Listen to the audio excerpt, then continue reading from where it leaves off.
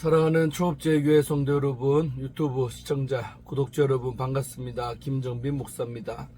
간밤에도 평안히 잘 주무셨습니까? 오늘은 2025년 우리 9월 10일 수요일 아침입니다. 오늘도 주 안에서 복된 날 되시기를 주의 이름으로 축원드리겠습니다. 제가 기도하고 오늘의 말씀 묵상을 시작하도록 하겠습니다. 하나님 아버지 감사합니다. 오늘도 좋은 하루 허락하시고 또 이렇게 아침에 하나님 말씀 앞에 서게 하시니 감사합니다. 이전도 말씀 묵상할 때 하나님의 음성을 듣게 하시고 주의 뜻을 깨닫는 복된 시간 되게 하시고 또한 말씀대로 순종할 수 있는 믿음 되게 하여 주옵소서. 이 시간을 주께 의탁하옵고 우리 구주 예수님 이름으로 간절히 기도하옵나이다. 아멘. 네, 오늘 우리 함께 말씀 묵상하실 본문은 로마서 4장 9절로 17절까지 말씀드리겠습니다. 한 번만 우리 읽도록 개역 개정판으로 읽도록 하겠습니다. 함께 읽기를 바랍니다. 그런즉 이 복이 할례자에게냐 혹은 무할례자에게도냐 무를 우리가 말하기를 아브라함에게는 그 믿음이 의로 여겨졌다 하노라. 그런즉 그것이 어떻게 여겨졌느냐 할례시냐 무할례시냐 할례시가 아니요 무할례시니라. 그가 할례의 표를 받은 것은 무할례시의 믿음으로 된 의를 인친 것이니 이는 무할례자로서 믿는 모든 자의 조상이 되어 그들도 의로 여기심을 얻게 하려 하심이라. 또한 할례자의 조상이 되었나니 곧 할례받을 자에게뿐 아니라 우리 조상 아브라함이 무할례시에 가졌던 믿음의 발자취를 따르는 자들에게도 그러하니라. 아브라함이나 그 후손에게 세상의 상속자가 되리라고 하신 언약은 율법으로 말미암은 것이 아니요 오직 믿음의 의로 말미암은 것이니라.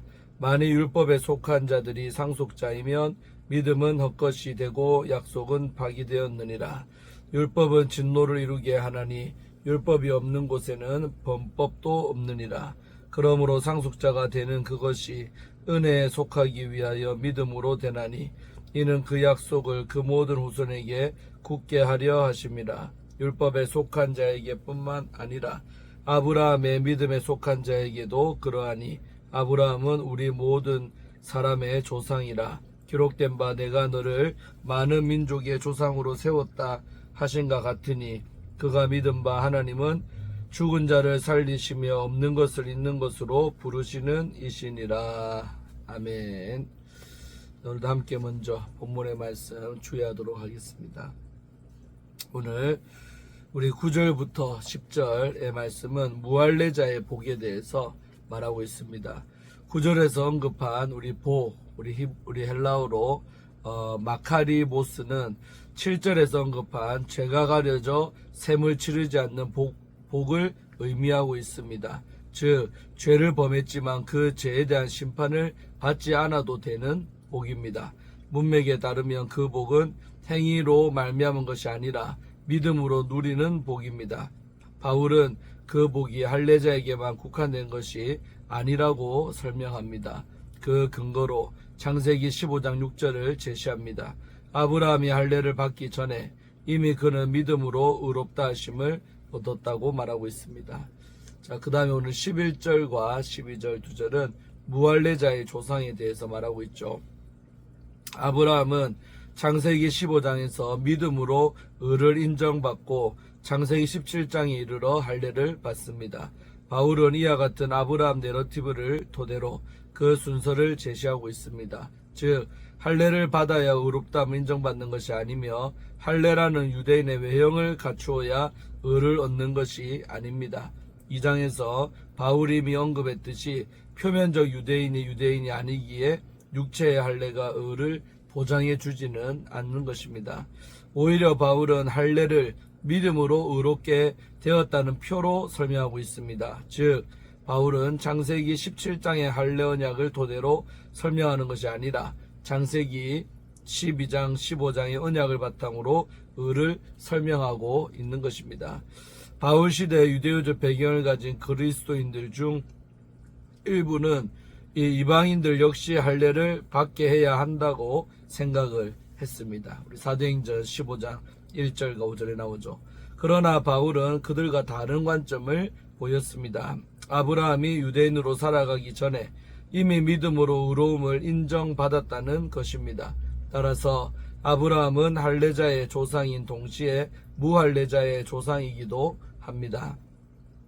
우리 13절, 14절, 2절은 율법보다 우선하는 언약에 대해서 말하고 있습니다. 여기에 더해 바울은 언약과 율법과 언약의 관계에서 언약이 우선임을 제시하고 있습니다. 하나님은 아브라함에게 율법을 제시하기 전에 후손에 대한 언약과 복을 먼저 선언을 하셨습니다. 바울은 갈라디아서에서도 이를 설명하고 있습니다.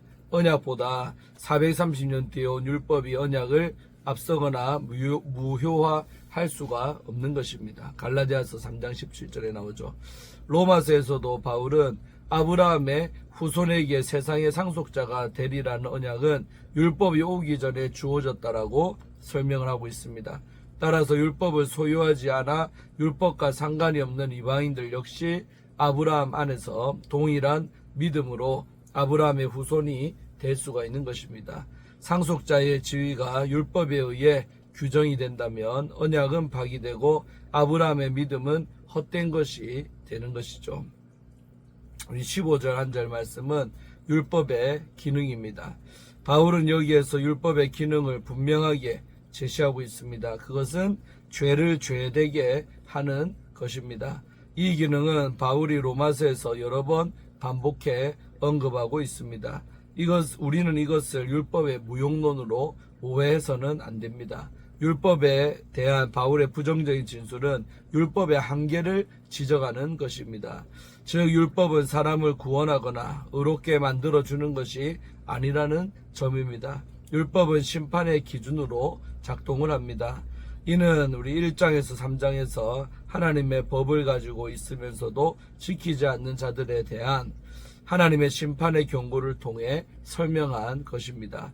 7장 오늘 7절에서도 동일한 어조로 이야기를 하고 있습니다. 로마서에서는 거시적인 이런 관점과 통합적 관점에서 이 문제를 조명하고 있는 것입니다.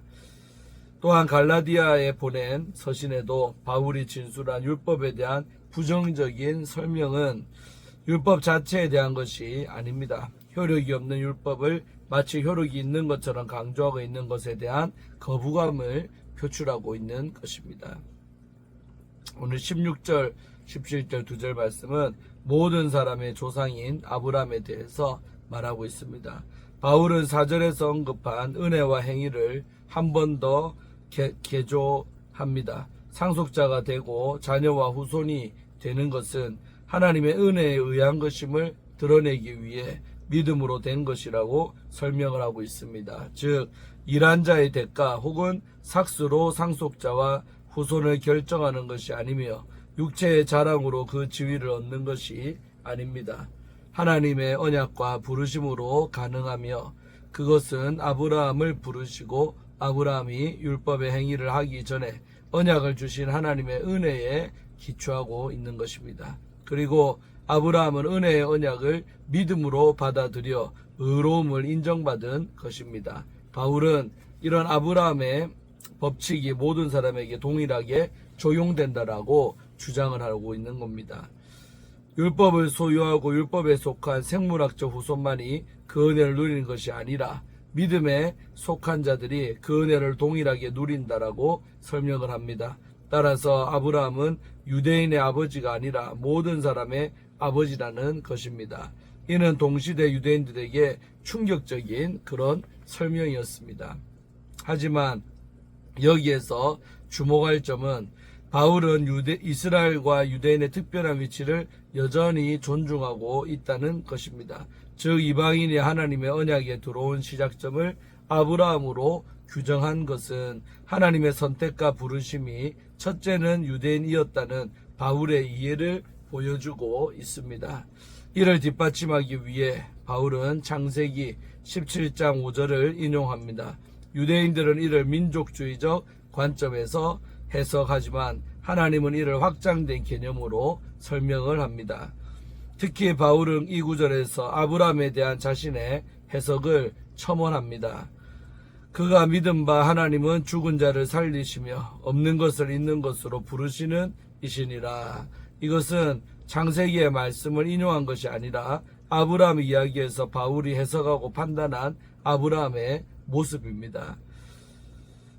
이 같은 해석은 히브리서 11장 9절에서도 발견할 수가 있습니다.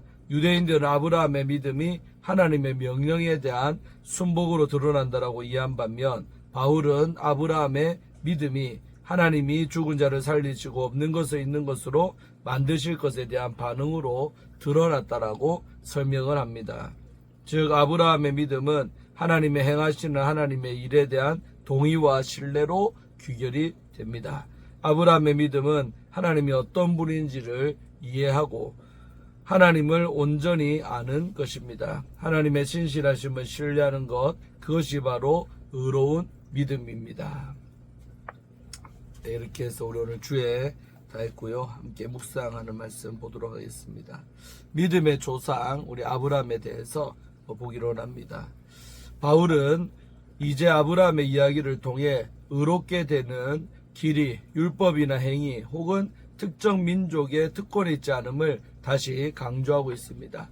4장에서 바울은 유대인과 이방인 모두에게 동일한 복음의 원리를 선포합니다. 이는 의는 오직 믿음으로 말미암는다는 것입니다. 믿음으로 의롭다 여김받은 대표인물은 바로 아브라함입니다.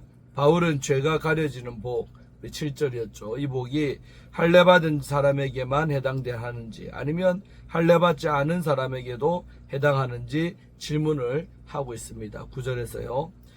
유대인들은 아브라함은 우리의 조상이며 할례 언약을 통해 하나님께 언약을 받은 자라고 자부했습니다. 그러나 바울은 매우 중요한 질문을 던집니다.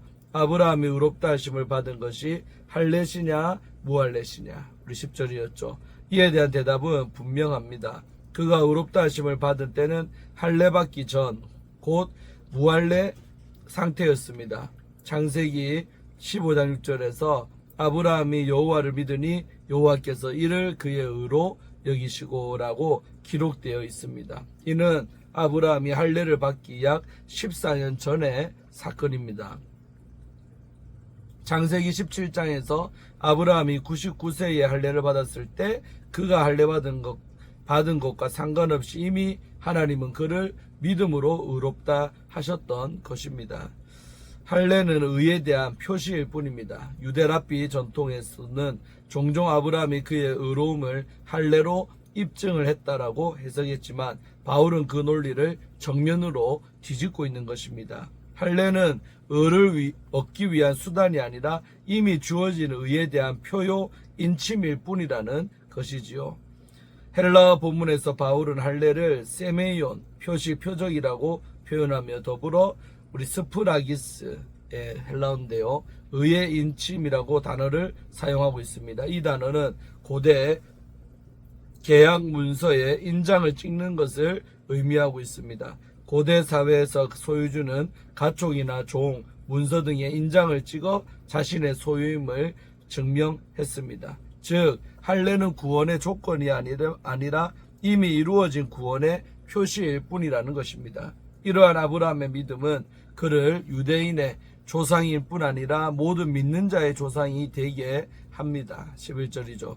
이는 모든 시대와 모든 사람을 향한 복음의 확장을 잘 보여주고 있습니다. 따라서 아브라함의 후손이 되는 길은 율법의 행위가 아닌 바로 믿음입니다. 만약 하나님의 약속이 율법을 지킨 사람에게만 주어진다면 믿음은 아무런 의미도 없어지고 하나님의 약속도 아무 효력도 없게 됩니다. 14절이죠. 왜냐하면 율법은 약속을 성취하게 만드는 수단이 아니라 오히려 죄를 드러내는 기능을 하기 때문입니다. 율법은 사람들에게 죄를 깨닫게 하고 그 죄에 대한 하나님의 심판을 드러냅니다. 그래서 율법이 있을 때야 비로소 범법이라는 개념도 생기고 그에 따라 하나님의 진노도 임하게 되는 것이죠. 15절입니다. 그러므로 구원은 전적으로 은혜에 의한 것이며 모든 사람에게 열려 있습니다. 16절이죠. 하나님은 죽은 자를 살리시며 없는 것을 있는 것 같이 부르시는 분이라고 17절에서 말하고 있습니다. 바울은 이 말씀을 통해 아브라함이 어떤 믿음을 가졌는지를 보여주고 있습니다. 아브라함은 절망적인 상황과 인간적으로는 도저히 불가능해 보이는 현실 앞에서도 하나님의 약속을 있는 그대로 믿었습니다. 그 믿음을 오랜 세월 동안 만들어 가시는 분이 누구입니까? 바로 우리가 믿는 하나님입니다. 아브라함이 대단해서 믿음을 보인 것이 아니라 그 믿음을 가능케 하신 하나님이 바로 위대한 것이죠. 바로 그 믿음이 아브라함을 믿음의 조상이 되게 했고, 오늘 우리 또한 하나님이 선물로 주신 믿음 안에서 살아가고 있는 줄로 믿습니다. 사랑하는 성도 여러분, 때로는 기도 응답이 지연되고 아무 변화도 보이지 않을 때가 있습니다. 그러나 바로 그때가 하나님의 약속을 붙들고 기다려야 할 믿음의 바로 시간입니다.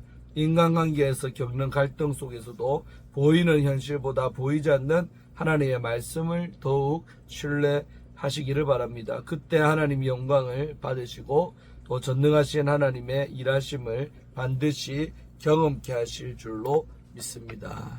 아멘. 오늘 말씀 좋지요. 그래서 우리가 믿음으로 의롭게 된다. 저도 설교할 때 자주 말했지만 그것이 할례보다 우선한다는 거지요. 그냥 할례는 바로 그런 구원받은 자의 표시다. 그래서 할례를 아까 세메이온이라고 했죠. 표적이다. 요한복음에 자주 나오는 그 표적이라고 말하는 것이죠. 그래서 우리는 정말 아브라함이 우리의 믿음의 조상으로 믿고 또 믿음을 가지면 하나님의 백성이 되고 구원받는다는 것을 꼭 기억하시기를 축원드리고 또 이 진리를 많은 자들에게 전파하며 살아가는 전도자의 삶이 되기를 주의 이름으로 축원드리면서 제가 기도하고 오늘의 말씀 묵상을 마치도록 합니다. 하나님 감사합니다. 오늘도 수요일 아침에 좋은 말씀 로마서를 통해 깨닫게 하시고 복음의 진수를 깨닫게 하심에 감사합니다. 우리 머릿속에 잘 정리되게 도와주시고 믿어지게 하셔서 정말 우리가 다른 사람에게도 정말 이 믿음으로 말미암는 하나님의 의에 관해서 잘 증거하고 살아가는 우리 모두가 다 되게 하여 주시옵소서. 늘 믿음으로 승리하는 아버지의 백성들이 되기를 간절히 원하옵고 우리를 죄에서 구원하신 예수님 이름으로 간절히 기도하옵나이다. 아멘. 할렐루야. 좋은 하루 되시고 또 저녁에 오늘 수요예배로 또 함께 만나겠습니다. 샬롬.